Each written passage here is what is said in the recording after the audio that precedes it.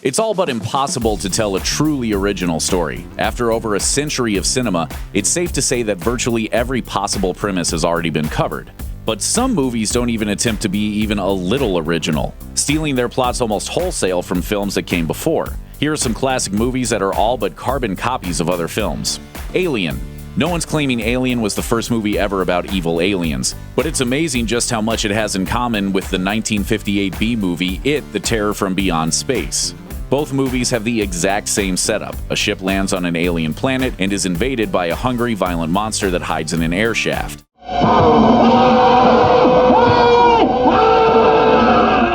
Both movies also end with the alien getting defeated by the vacuum of space. Not that the people behind Alien will admit to the inspiration. Producer David Giler denied his film was a ripoff, only saying that Alien's hook of the creature hunting inside the ship was pretty much a classic premise with science fiction writers, like the gunfight in the Western.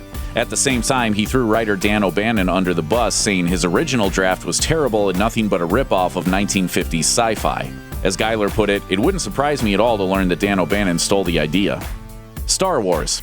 It's no secret that George Lucas didn't create Star Wars out of thin air. As the BBC reports, Star Wars almost certainly wouldn't have existed without Akira Kurosawa's 1958 samurai epic The Hidden Fortress.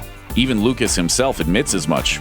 Kind of. The one thing that really struck me about Hidden Fortress, and I was really intrigued by, was the fact that the story was told from the two lowest characters. For Fortress, that was two argumentative peasants, while in Star Wars it was the droids C-3PO and R2-D2. Even the post-Lucas Star Wars owe a hand to Fortress. Rey's staff looks a lot like the ones used by Fortress's generals. That, however, seems more like a tribute than suspiciously heavy lifting.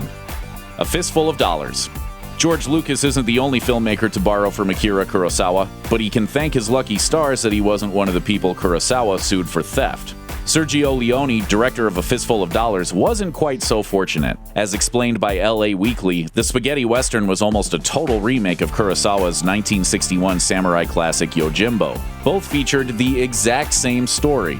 A quiet loner comes to a small town where two gangs are fighting for control. He casts himself as a double agent working for both sides, and then he rides off with a fabulous cash reward.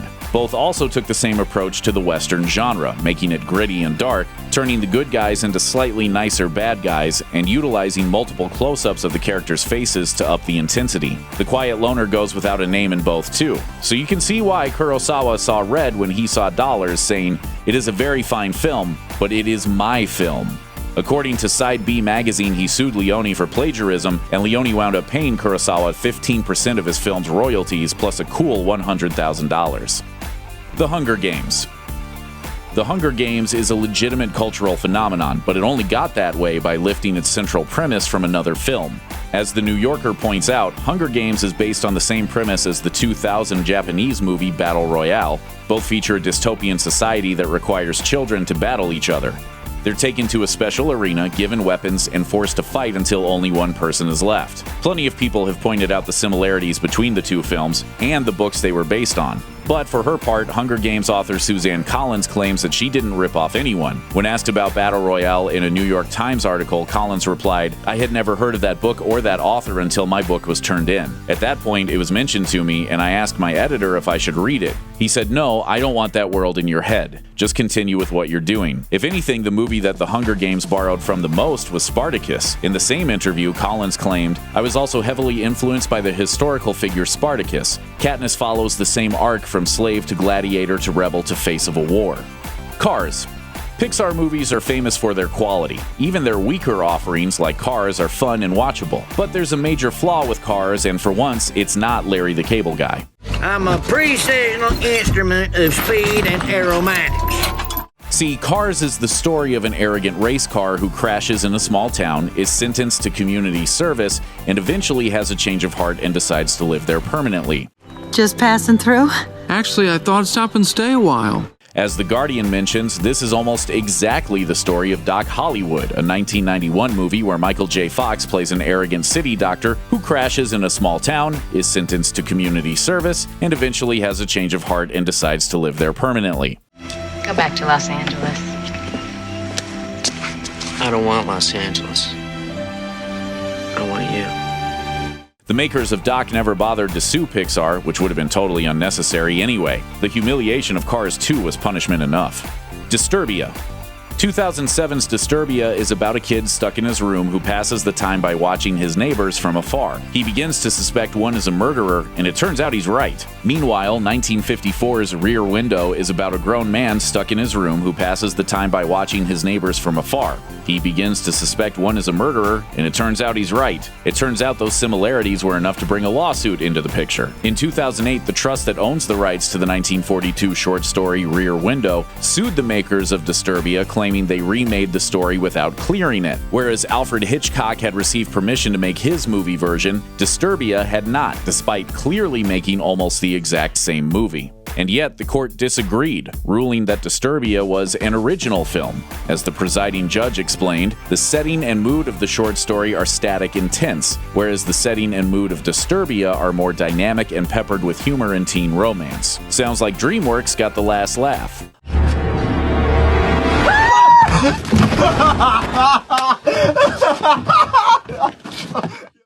Lockout.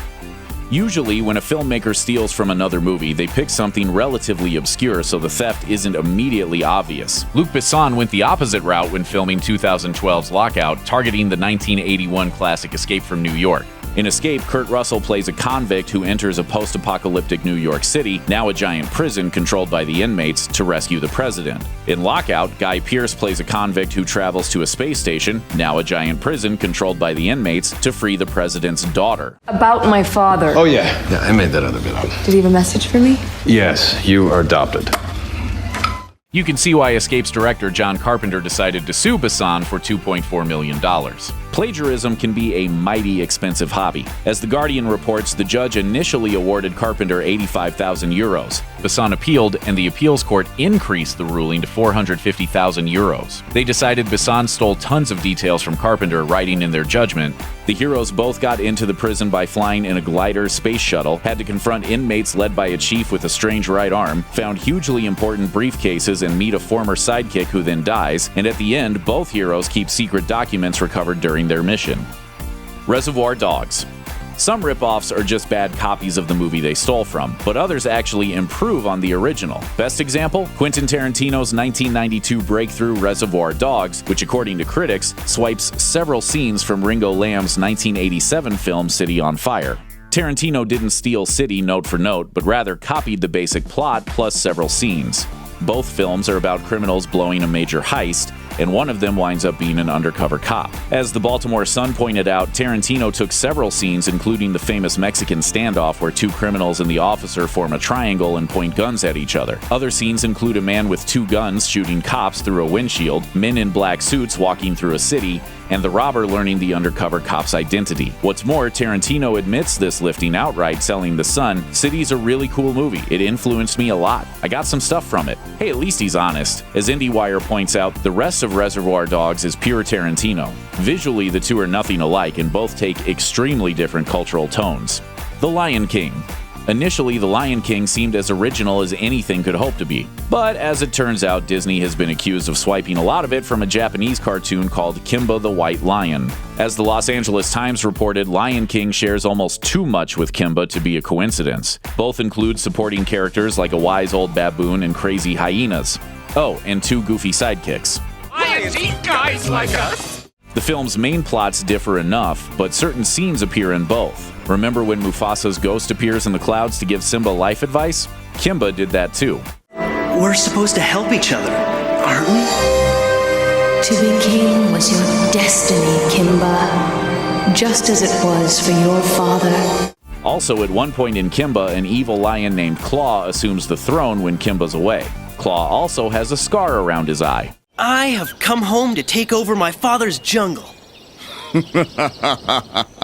You got a problem. Sound familiar? Then there are the opening scenes in both, when Simba and Kimba both stand on rocks overseeing their future kingdoms. The makers of Kimba have declined to take action and instead have praised Disney, saying, "Our company's general opinion is The Lion King is a totally different piece from Kimba and is an original work completed by Disney's long-lasting, excellent production technique." The Island. Michael Bay's 2005 sci-fi action thriller The Island attracted the wrong kind of attention, namely from the people behind 1979's Parts, the Clonus horror, who sued him for stealing their movie.